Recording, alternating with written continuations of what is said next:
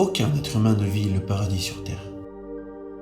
Tu peux le penser quand tu vois quelqu'un avoir ce que toi tu n'as pas. Mais en réalité, tous les êtres humains, sans exception, souffrent d'une manière ou d'une autre. C'est la vie. On devrait mémoriser et utiliser certains de nos versets du Coran. Le premier, c'est une règle que nous rappelle Allah. C'est une règle qu'on devrait tous mémoriser. À côté de la difficulté est, certes, une facilité. Allah ne descend jamais une difficulté sans qu'il descende avec elle une facilité. Si tu as des problèmes d'argent, Allah te dit ne t'inquiète pas, tu as la santé. Si tu as un problème de santé, Allah te dit tu as une famille aimante. Et si tu as un problème de famille, Allah te dit ton pays est en paix.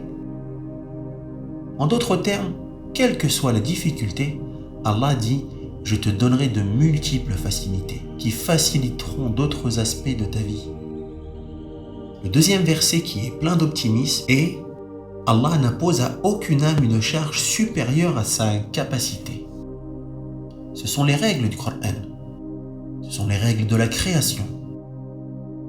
Le message est magnifique.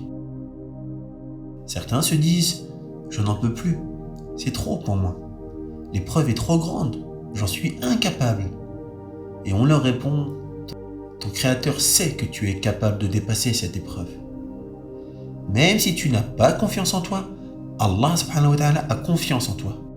Et même si tu penses en être incapable, Allah sait que tu peux le faire. Sinon tu ne vivrais pas cette épreuve. Si cette épreuve était trop grande pour toi, je te jure qu'Allah ne te l'aurait pas imposée. C'est aussi simple que ça. Allah sait que tu as la force, le courage, la solidité, la foi. Allah sait que tu as toutes les capacités et la volonté nécessaires pour dépasser cette épreuve. C'est pour ça que cette épreuve te touche. Si Allah savait que tu ne pouvais pas, tu ne la vivrais pas. Fais confiance à Allah, parce que lui, il te fait confiance et il sait que tu en es capable. Et le troisième verset, on l'apprend de Moussa alayhi salatu wassalam. Lorsqu'il prit la fuite, les enfants d'Israël sont dans le désert.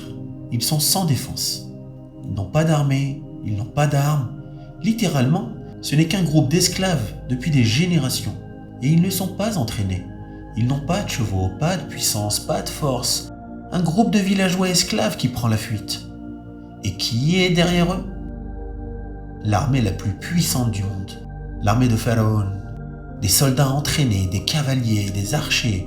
Toute l'armée est à leur trousse. Ils sont à pied et arrivent devant la mer Rouge. Et que disent les enfants d'Israël alors qu'ils n'ont pas la foi? Nous allons être rejoints.